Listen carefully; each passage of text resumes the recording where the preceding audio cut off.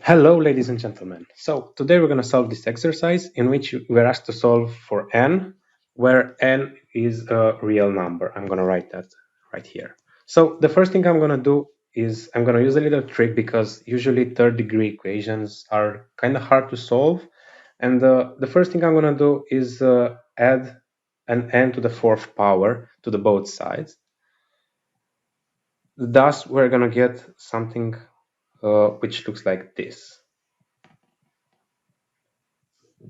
So this will be equal to n to the fourth power. And you may be asking, why would I do that?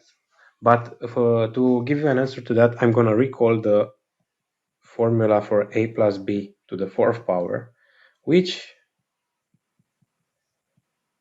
is equal to this long thing that I'm going to write, sorry, a squared b squared for a b to the third b to the fourth power. And why I've written this formula down, because I'm going to apply it in the case above, where I can look a bit at the coefficients of this expression right here and realize that they're the same with the ones in the formula below. And I'm going to apply this formula for a being equal to n and b being equal to 1. So I'm going to get n plus 1 to the fourth power would be equal to n to the fourth power. And what I'm going to do from here is I'm going to subtract an n to the fourth power and get n plus 1 to the fourth power minus n to the fourth power to be equal to 0. And I'm going to do that because I'll use the difference of squares now. So a squared minus b squared is a minus b times a plus b. And I'm going to use this formula here to get n plus 1 squared minus n squared times n plus 1 squared plus n squared. This I want to be equal to 0, but I don't want to. It is exactly equal to 0, regardless if I want it or not.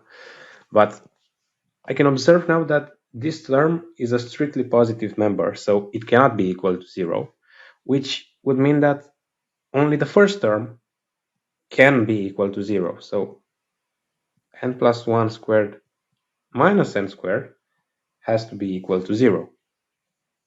But now I'm going to use the difference of squares again and get n plus 1 minus n times n plus 1 plus n to be equal to 0.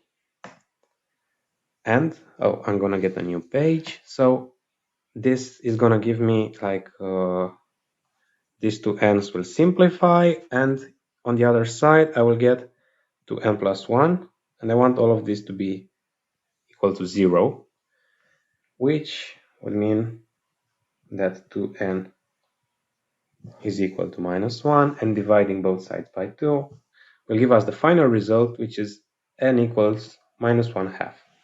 And this is like the real solution is n equals to minus 1.